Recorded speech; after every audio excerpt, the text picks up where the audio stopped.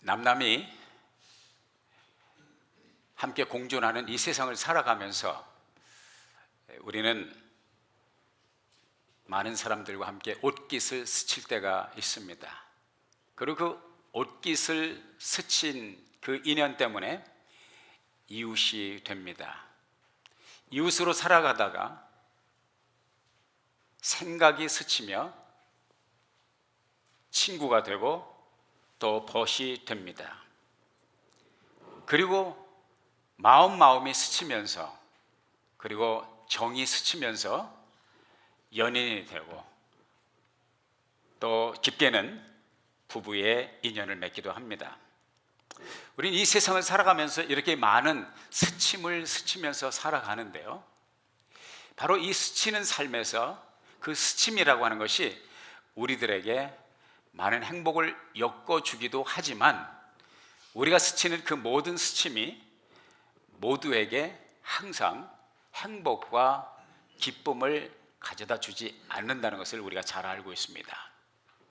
우리의 스치는 그 인연 때문에 때로는 갈등과 그 갈등으로 인해서 고통과 눈물과 슬픔을 가져줄 때가 있습니다. 이것은 예수를 믿는 성도들도 예외가 아니며 믿는 사람들이 모인 교회도 예외가 아닌 것을 여러분들이 알고 제가 알고 있습니다. 어느 교회 목사님이 부임하셨습니다. 인품이 좋으시고 또 그를 맞는 교우들도 모두 좋은 분들이었습니다. 목사님은 그 성도들을 만나서 행복해하고, 성도들은 그 목사님을 존경하고 또 좋아하기 때문에 행복하게 신앙생활을 하는데, 오게티라고 할까요? 그 목사님의 마음의 한 구석에 항상 불편한 것이 하나 있었습니다. 그것은 뭐냐면, 교회 앞에 있는 피아노의 위치가 오른쪽에 있어야 되는데 왼쪽에 있었기 때문에 그것이 늘 예배를 드릴 때마다 바더가 되었습니다. 그래서 이 목사님이 하루는 뜬금없이 교회 대표들과 함께, 지도자들과 함께 의논을 하다가 피아노를 오른쪽으로 옮깁시다, 그렇게 제안을 했습니다. 대부분의 교우인들은 목사님이 좋으시다면 그렇게 하시죠. I have no problem. You can do whatever you want. 이렇게 다 이구동성으로 동의를 했지만, 한 분 장로님이 반대 의견을 표시했습니다. 목사님, 그것은 안 됩니다. 왜 안 됩니까? 저는 어려서부터 이 교회를 다녔습니다. 그리고 어릴 때부터 이 피아노는 항상 왼쪽에 있었습니다. 수십 년 동안 이 피아노는 항상 왼쪽에 있었고, 앞으로도 왼쪽에 있어야 되고, 주님이 오실 때까지 왼쪽에 있어야 됩니다. 목사님이 그러면 장로님이 그러신가 보다 하고 그냥 넘겼으면 되는데, 목사님 또 한 고집을 하시는 분이라 오른쪽으로 옮겨야 됩니다. 계속 주장을 굽히지 않다가 결국은 교회에 분열이 생겼습니다. 장로파와 목사파로 교회가 갈라지게 되었습니다. 이런 상황이 되다 보니까 위기 상황을 느낀 이 목사님은 결국은 이 교회를 사임하고 교회를 떠나게 되었습니다. 그리고 나서 그 교회는 얼마 되지 않아서 새로운 목사님을 이제 모셔오는 청빙위원회 결정이 있었습니다. 그 후로 2년이 지났습니다. 2년이 지난 후에 먼저 피아노 문제 때문에 사임을 했던 목사님이 우연치 않은 기회에 이 교회를 방문하게 되었습니다. 교회에 들어와서, 성전에 들어와서 깜짝 놀랐습니다. 그 성전에 자기가 그렇게 원하던 그 피아노가 왼쪽이 아닌 오른쪽에 떡하니 자리를 잡고 있는 것입니다. 그리고 교회는 행복해 보였습니다. 놀란 표정으로 이 후임 목사님에게 전임 목사님이 물었습니다. 목사님, 나는 피아노를 여기로 옮기려고 하다가 교회에서 쫓겨났는데요, 사임을 했는데 어떻게 이 자리로 옮기셨습니까? 교인들이 시험 안 들었습니까? 장로님이 반대 안 하셨습니까? 그때 이 후임 목사님 하시는 말씀이, 반대하셨죠. 장로님이 반대하셨죠. 반대를 하셨는데 어떻게 이렇게 무탈하게 오른쪽으로 피아노를 옮겼습니까? 그랬더니 이 목사님이 하시는 말씀이, 1년 반 동안 하니까 되더라고요. 1년 반 동안 뭐를 하셨는데요? 일주일에 한 뼘씩 옮겼습니다. 일주일에 한 뼘씩 옮기니까 아무도 모르대요, 옮기는 걸. 그 1년 반 동안 꾸준히 하니까 여기 와 있더라고요. 우스운 얘기죠. 그러나 그냥 웃어 넘길 수 없는 얘기인 것이, 이 이야기는 지금 이 시대를 살아가는 수많은 교회들의 얘기고 우리들의 얘기를 대변해 주는 스토리이기 때문입니다.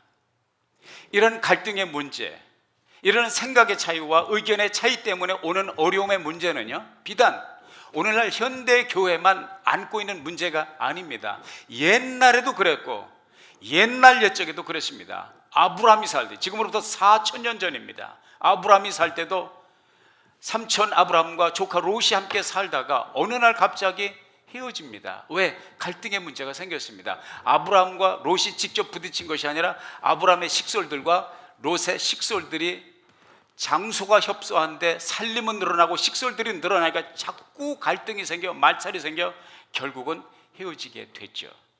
이런 문제는 4,000년 전에만 아브라함에게만 있었던 것이 아니라 예수님 계실 당시에도 예수님이 12제자를 택하셔서 12제자와 함께 3년 반을 지내셨죠. 예수님이 돌아가시기 직전에, 예수님이 체포되시기 직전에 여러분들이 아시는 대로 최후의 만찬이라는 걸 했습니다. 예수님과 헤어지기 전에 마지막 만찬이라고요. 아무것도 모르는 예수님의 제자들은 그 만찬석에서까지 서로 암투를 벌이고 있습니다. 내가 잘났느니, 내가 잘났느니, 내가 상석에 앉느니, 내가 상석에 앉아야 된다. 이런 암투가 벌어지는 것을 우리 주님이 아셨기 때문에 오죽 답답하시면 얼마 후면 체포되고 얼마 후면 십자가를 지실 그분이, 고난을 당하실 그분이 수건을 허리에 동이시고 팔을 걷어붙이시고 양동이 대야에다 물을 떠다가 제자들의 발을 씻어 주셨습니다. 무슨 얘기입니까?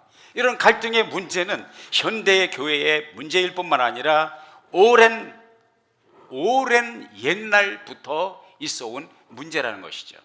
우리 인간이 이 지구촌에 살아가는 한, 어쩌면 이 갈등의 문제는 우리가 원하든 원치 않든 불청객으로 우리의 삶에 언저리 항상 서성일 찬스가 다분히 있다는 것입니다. 오늘 본문 함께 읽은 15장, 사도행전 15장 말씀에도 갈등의 문제가 나옵니다. 그런데 이 갈등의 문제는 피아노 위치 때문에 오는 갈등의 문제가 아닙니다.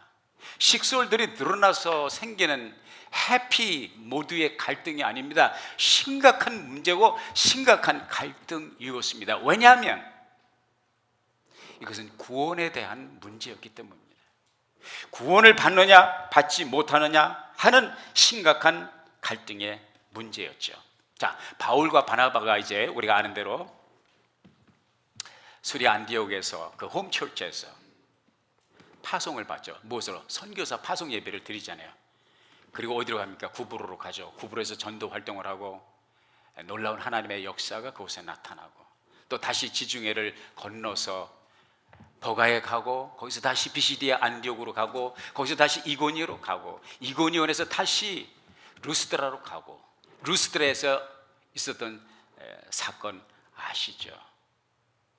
엄청난 사건, 엄청난 하나님의 기적의 역사, 엄청난 복음의 역사가 활화산처럼 불처럼 그렇게 일어났습니다. 그 다시 이제 지금의 터키죠. 소아시아 당시 터키 남부 중부 남부 지역인데 한 바퀴를 돌고 1차 전도 여행을 마치면서 다시 어디로 옵니까? 파송 교회였던 안디옥 교회로 옵니다. 그 안디옥 교회에 와서 바나바와 바울이 그동안 하나님께서 전도 여행, 선교 여행 동안 하나님께서 어떻게 역사하셨는지, 하나님께서 얼마나 강력하게 기름 부음으로 축복하셨는지, 얼마나 많은 사람들이 예수님을 영접했는지, 얼마나 많은 사람들의 삶이 변화됐는지, 이런 역사들을 간증하면서 오랜 동안 머물러 있었다고 말씀했습니다. 그리고 여기까지가 1차 전도 여행으로 끝나고 성경의 사도행전의 스토리가 끝났다면 이거는 정말 해피엔딩이죠. 그러나 그렇지 않았습니다. 해피엔딩이 아니었습니다. 저들이 예상치 못한 심각한 문제가 바로 그들의 앞에 다가오고 있었습니다. 그 심각한 문제는 뭐냐면 오늘 15장 1절 말씀에 보면 어떤 사람들이 유대에서 내려와 그랬어요. 어떤 사람들이 유대에서 내려왔다는 것은 그러면 안디옥이 유대의 팔레스타인 아래쪽인가? 아니에요. 남쪽이 아니고 북쪽입니다. 그런데 왜 내려가냐? 우리 서울에서 강원도 갈 때 올라간다고 그래요? 내려간다고 그러죠. 강원도에서 서울로 올라갈 때 한양으로 올라간다고 그러죠. 북쪽인데도 마찬가지로 유대에서 내려왔다는 것은 유대 남쪽이 아니라 유대 북쪽임에도 불구하고 거기가 유대인들에게는 중심 타운이기 때문에 하나님의 눈길이 있는 중심 도시이기 때문에 항상 거기서 내려가는 것이죠. 유대에서 어떤 사람들이 내려왔어요. 이 어떤 사람들이 바로 문제를 일으킨 거예요. 한국교회도 마찬가지입니다. 이 어떤 사람들 때문에 한국교회가 잠잠할 날이 없습니다. 이 어떤 사람들 때문에 문제는 항상 하늘에서 떨어지는 것도 아니고 땅에서 솟는 것도 아니고 항상 문제는 사람들이 문제입니다. 뭐 신천지 교회인가 해가지고 또 한동안 지금까지도 계속 뭐 문제를 일으키고 있지만 또 새로운 교회가 등장을 해서 요즘 한국 교회를 떠들썩하게 하는데 세상 사람들이 믿지 않는 사람들이 가십거리가 되고 말이죠. 은혜로 교회인가 무슨 교회, 동명의 교회, 같은 이름을 가진 교회들이 미국에도 있고 한국에도 있어요. 그러니까 오해 없이 잘 분간해서 들으시길 바랍니다. 어떤 사람들이, 신천지 교회 사람들이, 은혜로 교회 사람들이, 아니 신천지 교회 사람들은 예수 잘 믿는 사람을 다 쏙쏙 빼가고 다락에서 꽃감 빼듯이 왜 잘 믿는 사람을 빼가냐고, 왜 훔쳐가냐고.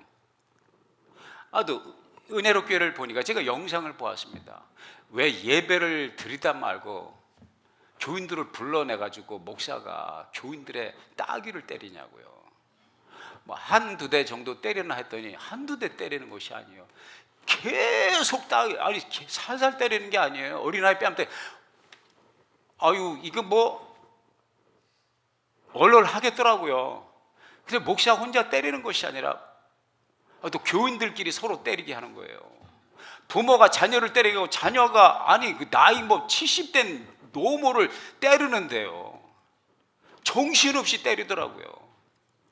그리고 또 나중에 한 사람을 가운데다 두고요, 뺑돌로 앉아서 교인들이 타작마당이라나 뭐 이런 걸 하면서 뺨을 따르는데요. 어떤 할아버지는 뺨 맞고 몸을 가누지 못하고요, 결국은 시름시름 앓다가 세상을 떠나는 그 역사까지 있는데, 어떤 사람들이, 이렇게 이상한 사람들이 교회 역사에 보면 가끔씩 나타나요. 그러니까 정신 바짝 차리시기 바랍니다.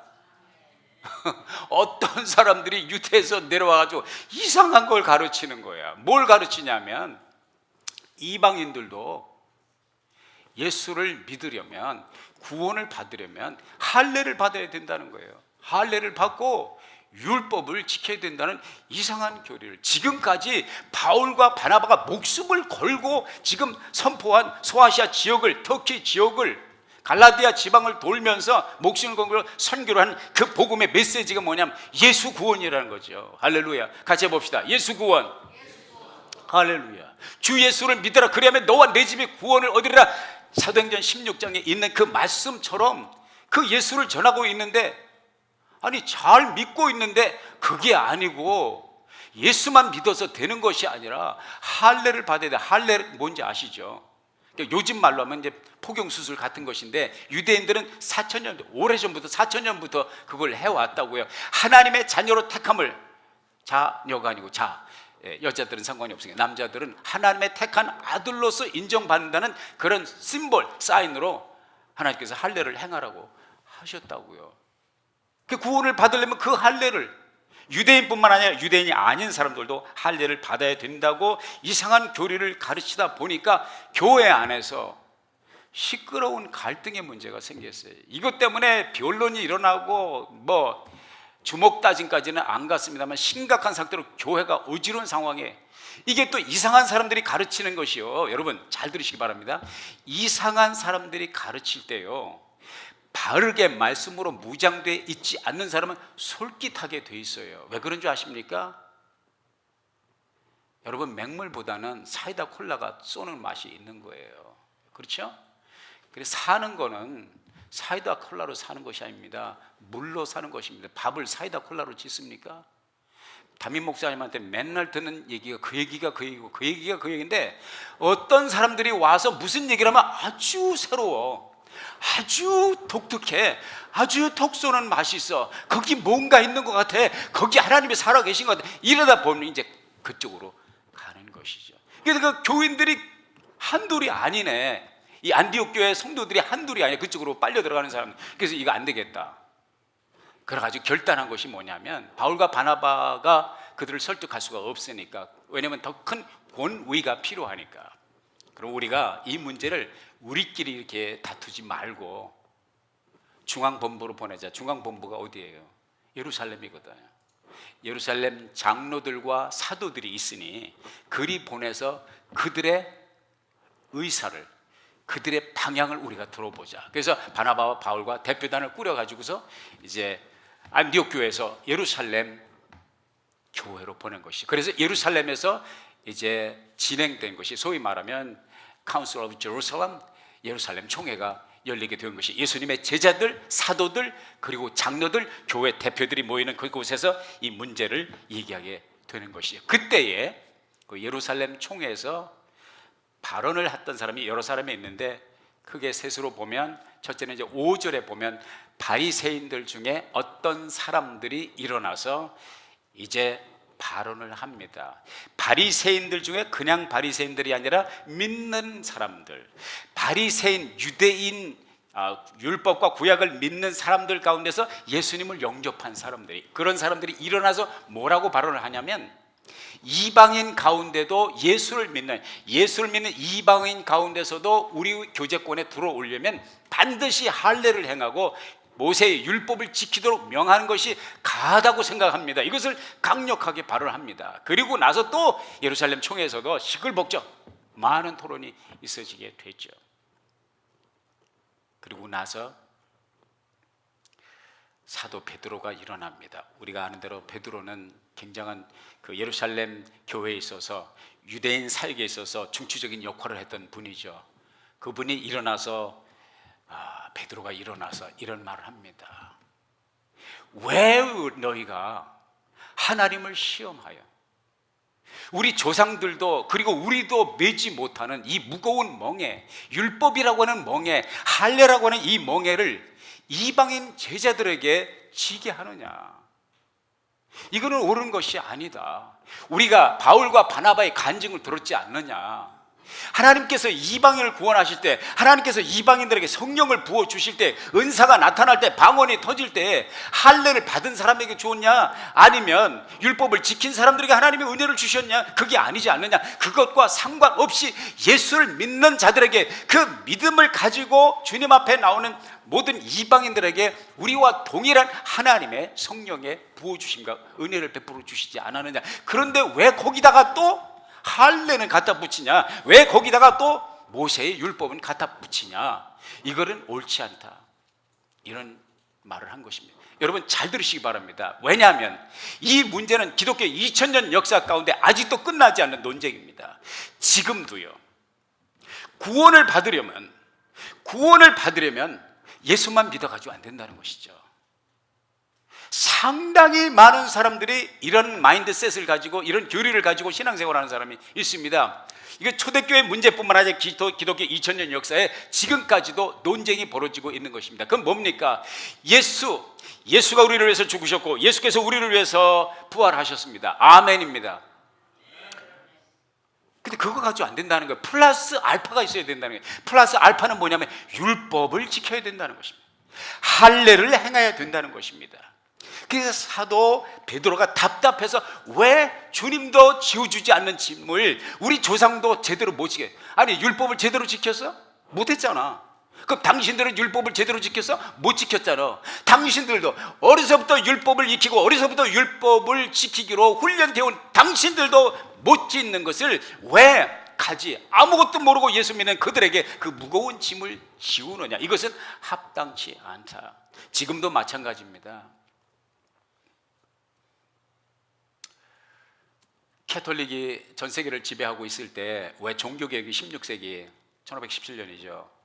마틴 루터라든지 쯔빙글리, 칼빈이라든지 이런 종교개혁자들이 일어나서, 대표적인 케이스가 위텐베르그 성전 그 문에다가 95개의 반반문을 써서 마틴 루터가 목숨을 걸고 사실 종교개혁의 기치를 들었잖아요. 그 종교개혁을 한 이유가 뭐냐? 마틴 루터가 볼 때, 종교개혁자들이 볼 때 항시 교회가 예수 중심, 말씀 중심이 아니라 자꾸 인간적인 것 갖다가 이제 붙이니까 예수 믿는 거 좋다 이거야. 우리도 예수 믿는다. 근데 예수만 믿어가지고 안 된다는 것이죠. 뭐가 있어야 되냐? 선행을 해야 된다는 것입니다. 예수만 믿어가지고 되는 것이 아니라 교회의 권위를, 성경의 권위뿐만 아니라 교회의 권위를 인정해야 된다는 거예요. 예수 그리스도만 전적으로 의지하는 것이 아니라 교황의 권위를 인정해야 된다는 것입니다. 그래서 교황 무오설, 교황은 절대 잘못이 없다. 교황은 잘못하는 법이 없다. 왜? 예수님 아주 직속 명령을 받는 분이기 때문에. 그러니까 마틴 루터가 이건 아니라는 거지. 성경이 어디 그렇게 나왔냐 이거죠. 그래서 종교개혁의 기치를 들었죠. 그래서 5가지 슬로건을 걸었어요. 솔라라고 하는 5 solas. 솔라 피데, 같이 해봅시다. 솔라 피데, 오직 믿음, only faith, 오직 믿음. 솔라 스크립토라, 오직 성경, only the Bible. 솔라 그라티아, 오직 은혜, only grace, 은혜로 구원받는 것이다. 행위로 구원받는 것이 아니다. 솔로스 크리스투스, 오직 예수 그리스도, 그리스도만이 우리의 구세주가 되신다. 교황도 아니고 교권도 아니라는 것이죠. 사랑하는 여러분, 이러면서 교회 종교 개혁이 이루어지고 솔리데오 글로리아, 오직 하나님께만 영광 돌, 이 5가지 슬로건을 내걸고 종교 개혁을 했어요. 그런데 종교 개혁을 한 이후에도 500년이 지난 지금에도요, 역시 이 문제 때문에 많은 성도들이 갈등을 가지고 있다는 것이죠. 예수만 믿으면 되냐? 왜냐면 예수 믿는 사람들 가운데도 문제가 많거든요. 그러다 보니까 그걸 해결하기 위해서 자꾸 거기다 다른 것을 갖다 붙입니다.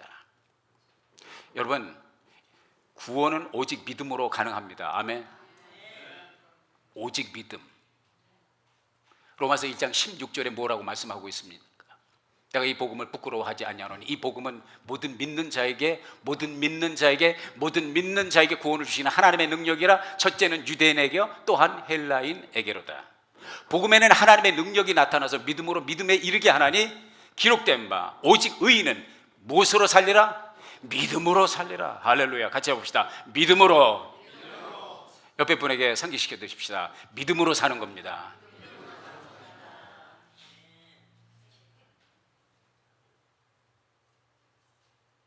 믿음 플러스 선교, 믿음 플러스 헌금, 믿음 플러스 구제, 믿음 플러스 선행 아닙니다. 구원은 오직 예수 그리스도. 에베소서 2장 8절과 9절에 너희가 그 은혜로 인하여, 너희가 그 은혜로, 너희 선행이 아니라 네 은혜로 믿음으로 말미암아 구원을 얻었나니 이것이 너에게서 난 것이 아니요 하나님의 선물이라. 행위에서 난 것이 아니니 이는 누구든지 자랑치 못하게 하려 함이라. 우리가 노력해서 구원을 얻었다면 내 자랑이 될 수밖에 없죠. 내가 헌금을 많이 해서 구원을 받았다면, 그 옛날 종교개혁 전에 헌금을 그렇게 강요하게, 성전을 지으려니까 예산이 모자라니까 헌금을 많이 하면 죽은 일가 친척과 부모까지 다 살려낼 수 있다. 이런 이상한 교리가 나와가지고 얼마나 많은 사람들이 거기에 현혹되어서 할아버지, 고조 할아버지까지 예수 안 믿고 돌아가셨으니까 구원을 받아야 되는데 그 헌금을 해야지. 왜? 헌금계에 떨어질 때마다 죽은 영혼이 쏙쏙 올라온다는 거지. 연옥에서 천국으로 올라온다는 것이죠. 이게 뭡니까? 복음이 아닙니다. 갈라디아서 1장에 보면 사도 바울이, 갈라디아가 어디예요? 바로 그 터키지요. 바로 1차 선교 여행을 했던 그 지역입니다. 갈라디아 사람들아, 나는 참 이해가 안 간다. It's amazing, unbelievable, 믿을 수 없다. 너희가 어찌하여 이렇게 예수님을 믿고 은혜를 받은 지 얼마나 됐다고 이 복음에서 너희가 벌써 떠나느냐. 그러면서 뭐라고 그러냐면 너희가 성령으로 시작하였다가 육체로 마치려느냐. 구원받은 것은 성령의 은혜 가운데 예수 그리스도의 은혜, 말씀의 은혜, 하나님의 능력으로 받았는데 이제는 또 할례를 해. 또 그게 육체로 하나님의 구원을 이루겠다는 얘기죠. 자, 교리를 하나님의 복음을 정립해 드립니다. 복음은 오직 예수입니다. 복음은 오직 믿음입니다. 복음은 오직 은혜입니다. 복음은 오직 성경입니다. 복음은 오직 하나님의 영광에 속한 것입니다. 그 외에 가미되는 어떤 것도 사도 바울이 그토록 외쳤던 잘못된 교리라는 것이죠. 그러면서 이제 마지막으로 누가 이제 등장하냐면, 세 번째 발언을 누가 하냐면 야고보는 예수님의 12제자 가운데도 야고보가 있는데, 그 12제자 가운데 사도 야고보가 아니고 예수님의 동생, 물론 씨가 다른 동생이지만 뭐라고 그러죠? 그러니까 스텝 브라더라고 할까요? half brother, 예수님의 동생 야고보. 이 야고보는 사실은 예수님이 돌아가시기 전에 안 믿었어요. 예수님을 미친 사람이라 했다. 자기 형을 미쳤다고 생각했어요. 예수님이 죽으셨고 자기 형이 죽었다 살아난 것을 보고 이거 진짜네, 안 믿을 수가 없었죠. 이 야고보가 12사도에는 들어가지 않았지만은 예루살렘 교회에 굉장히 충추적인, 거의 담임 목사 수준의 충추적인 리더십을 가지게 되었습니다. 이분이 일어나서 이야기를 합니다. 19절 말씀해 보니까, 그러므로 내 의견에는 이방인 중에서 하나님께로 돌아오는 자를 괴롭게 말고, 20절에 다만 우상에 더러운 것과 음행과 목매어 죽인 것과 피를 멀리하라고 편지하는 것이 과하니 그랬어요. 요 네 가지만 예수 믿는 이방인, 유대인이 아니면서 예수 믿는 이방인들이 들어올 때는 다른 짐을 지우지 말고 요 네 가지만 피하게 하자. 그럼 또 이렇게 얘기하는 분이 있어요. 그 네 가지만 지키면 되는 거예요. 지금도 우리 예수 믿는 사람이 네 가지만 지키면 되느냐? 한번 여러분이 스스로 반문해 봅시다. 이 네 가지만 지키면 됩니까? 예수 믿으면? 그건 아니잖아요. 그러니까 율법 가운데 이 네 가지만 지키면 된다, 이렇게 또 해석을 하면 그게 아닙니다. 왜 야고보가 이 네 가지를 지키라고 편지를 하는 것이 가하다 생각하냐면, 지금 이 네 가지 문제가 유대인 교인들과 이방인 교인들의 심각한 갈등의 문제를 조성하기 때문에, 이것 때문에 서로 섞여서 한 지붕 안에서 예배를 드릴 수가 없기 때문에, 교제할 수가 없기 때문에, 이것은 너희들이 꼭 우리 유대인들을 생각해서 이 네 가지는 실천해 주십시오. 하나님의 계명 가운데 이 네 가지만 있습니까? 살인하지 말라 어디 있습니까? 가늠하지 말라 어디 있습니까? 저기 십계명에 있지 않습니까? 도적질하지 말라 십계명에 있지 않습니까? 그런 건 왜 안 지키라고 그래? 안 지켜도 돼? 그게 아니잖아요. 이것은 율법으로 주어진 것이 아니라 유대인 교우들과 이방인 교우들이 함께 섬기며 함께 예배하며 함께 공동체를 형성하기 위해서 가장 분단과 갈등의 조짐을 보여주는 이 네 가지 문제를 여러분들이 좀 협력을 해 주십시오. 사도 바울이 그런 말을 했습니다. 나는 고기 먹는 거 아무 문제가 없고 우상의 제물을 먹는 거 양심에 거리낌이 없다. 그러나 내가 믿음이 약한 자들을 위해서 내가 먹는 걸 보고 시험이 드니까 나는 안 먹겠다. 나는 영원히 아예 안 먹겠다. 왜? 내가 먹는 것을 보고 시험 드는 사람이 있다면. 그 얘기거든요. 야고보가 하는 얘기가, 당신들이 이런 것을 금하지 않으면, 당신들이 이것을 절제하지 않으면 자꾸 우리가 시험에 듭니다. 사랑하는 여러분, 고린도전서 10장 23절 24절에 보면 사도 바울이 그런 말을 합니다. 모든 것이 가하나 모든 것이 유익한 것이 아니요 모든 것이 가하나 모든 것이 덕을 세우는 것이 아니니 누구든지 자기의 유익을 구치 말고 남의 유익을 구하라. 이것이 교회의 덕을 세우는 신앙생활입니다. 이것이 성숙한 신앙이에요. 내가 떳떳한데, 내가 떳떳하면 됐지, 다른 사람 시험에 들거나 말거나, 이건 성숙한 신앙생활이 아니라는 거예요. 아멘. 예루살렘 총회는 게르몬을 택하여서 갈등의 진앙지인 안디옥 교회에 인편으로 편지 형식으로 보내죠. 우리가 이렇게 결정을 했다. 그러면서 15장 28절에 이렇게 말합니다. 성령과 우리는, 그 편지 안의 내용이에요. 성령과 우리는 이 요긴한 것들 외에 아무 짐도 너에게 지우지 아니하는 것이 가한 줄 알았노니. 여기 보면 중요한, 우리가 갈등의 문제를 어떻게 해결해야 되는지 힌트를 줍니다. 뭐라면 우리는 이렇게 하지 않았어요. 성령과 우리는. 이 결정이 우리의 단독의 결정이 아니라 성령께서 함께 하신 결정이라는 거예요. 아멘. 우리는 이 세상에 많은 옷깃을 스치고 마음과 생각과 의견을 스치며 때로는 갈등을 경험하면서 살아갑니다. 오늘 예루살렘 총회에서 발견하는 우리 믿음의 사람들이 갈등의 문제를 어떻게 해결하는가, 그것을 발견합니다. 그건 뭐냐? 내 생각, 우리의 생각이 아니라 성령님의 인도하심, 하나님의 생각, 하나님의 뜻을 살핀다는 거예요. 제가 단언하건대 여러분 가정에 갈등이 있습니까? 제가 단언하는데 여러분 섬기는 교회에서 갈등을 혹시 경험합니까? 여러분이 사회에서, 공동체에서 갈등을 경험합니까? 이거 한 가지 기억하십시오. 내 뜻, 내 생각, 내 의견이 아닌 주님의 생각, 성령님의 이끄심을 귀를 기울이시길 주의 이름으로 도전합니다. 그렇게 할 수만 있다면 우리는 어쩔 수 없는 갈등과 더불어 살아가는 이 세상을 훨씬 더 행복하게, 훨씬 더 편안하게 하나님의 영광을 위하여 살아가게 될 줄로 믿습니다. 이 행복자의 길을 여러분의 가정에서, 여러분이 섬기는 교회에서, 여러분이 섬기는 공동체에서 일궈 나가는 행복한 신앙생활이 있기를 예수의 이름으로 축원합니다. 기도하겠습니다. 아버님, 주신 말씀 육비하로 새기고 실천하여 주의 영광 드러내게 하옵소서. 예수님의 이름으로 기도하옵나이다.